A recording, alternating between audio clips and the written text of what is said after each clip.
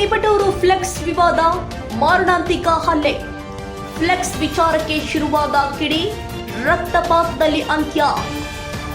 ಸಿಗರೆಟ್ನಿಂದ flex ಸುಟ್ಟ ಆರೋಪ, 4 ಮೇಲೆ ಭೀಕರ ಹಲ್ಲೆ.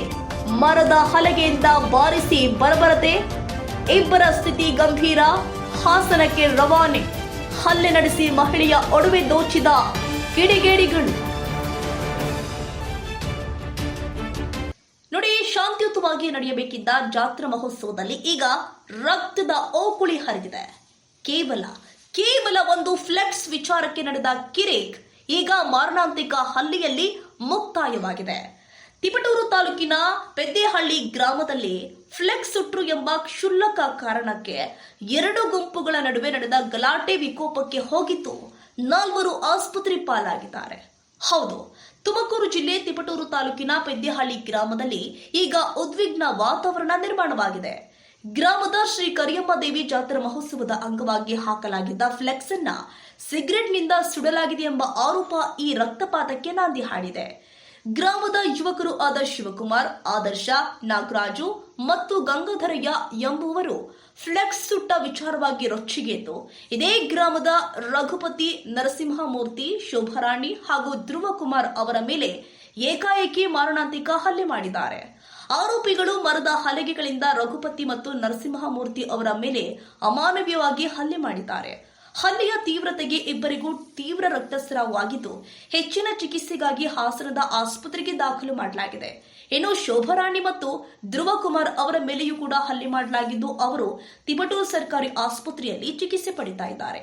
ಕೇವಲ ಹಲ್ಲೆ ಮಾತ್ರವಲ್ಲದೆ ಗಲಾಟೆಯ ಸಂದರ್ಭದಲ್ಲಿ ಶೋಭಾರಾಣಿ ಹಾಗೂ ಧ್ರುವಕುಮಾರ್ ಅವರ ಮೈಮೇಲಿದ್ದ ಚಿನ್ನಾಭರಣಗಳನ್ನ ಕಿತ್ತುಕೊಳ್ಳಲಾಗಿದೆ ಎಂಬ ಗಂಭೀರ ಆರೋಪವೂ ಕೂಡ ಕೇಳಿ ಬರ್ತಾ ಇದೆ. ಧ್ರುವಕುಮಾರ್ ಅಂತ ಹೆಸರು, ಕಿತ್ತೂರು ತಾಲೂಕು.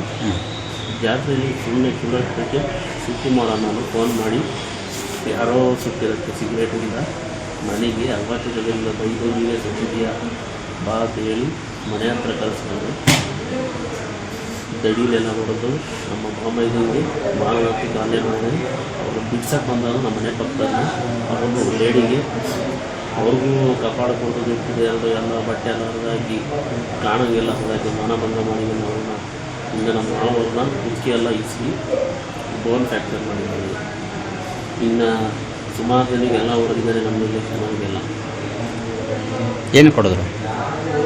ಫ್ಲೆಕ್ಸ್ ಸಿಗರೇಟಲ್ಲಿ ಸುಟ್ಟೋಗುತ್ತೆ. ಆದಿಯನ್ನು ಸಿಗರೇಟ್ ಆದಿ ಫೋಟೋಗಿ ಸಿಗರೇಟಲ್ಲಿ ಸುಟ್ಟಿದ್ದಾರೆ, ನೀವೇ ಸುಟ್ಟಿದ್ದಾರೆ ಅಂತ ಹೇಳಿ ಅದಕ್ಕೆ ಹೊಡೆದಿದ್ದಾರೆ. ಶಿವಕುಮಾರು, ಆದರ್ಶ, ನಾಗರಾಜು, ಆಮೇಲೆ ಆದರ್ಶರಪ್ಪ, ಗಂಗಾಧರಯ್ಯ 4 ಜನ ಇನ್ನು ಮನೆ ಮುಂದೆಲ್ಲ ಬಂದಿದ್ದರು ಲೇಡೀಸ್. ಅವರು ನಮ್ಮ ಅಕ್ಕಂಟು ಅವ್ರು ಮಾನಸಿಕ ಹಲ್ಲೆ ಆಗಿರೋದು ಸಿಕ್ಕಾಬಟ್ಟೆ ಸೀರಿಯಸ್ ಇರೋದ್ರಿಂದ ಅವ್ರನ್ನ ಹಾಸನಿಗೆ ಕರ್ಕೊಂಡು ಹೋಗಿದ್ದಾರೆ. ಮತ್ತು ನಮ್ಮ ಮಾವರನ್ನು ಹಾಸನಿಗೆ ಕರ್ಕೊಂಡು ಹೋಗಿದ್ದಾರೆ. ಈಗ ಅಲ್ಲೂ ಆಗಲ್ಲ ಅಂತೇಳಿ ಈಗ ಬೇರೆ ಕಡೆ ಬರ್ಕೊಟ್ಟಿದ್ದಾರೆ, ಬೆಂಗಳೂರಿಗೆ ವಿಕ್ಟೋರಿಯಾಗೆ ಅಂತ. ಈಗ ಅವನಲ್ಲಿ ವಿಕ್ಟೋರಿಯಾಗೆ ಕರ್ಕೊಂಡು ಹೋಗ್ತೀವಿ.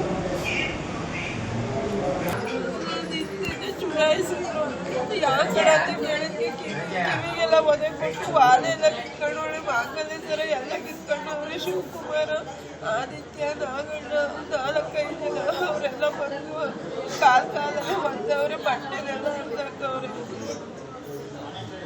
ಸದ್ಯ ಈ ಸಂಬಂಧ ತಿಪಟೂರು ಗ್ರಾಮಾಂತರ ಪೊಲೀಸ್ ಠಾಣೆಯಲ್ಲಿ ಪ್ರಕರಣ ದಾಖಲಾಗಿದ್ದು ಪೊಲೀಸರು ತನಿಖೆ ಮುಂದುವರೆಸಿದ್ದಾರೆ.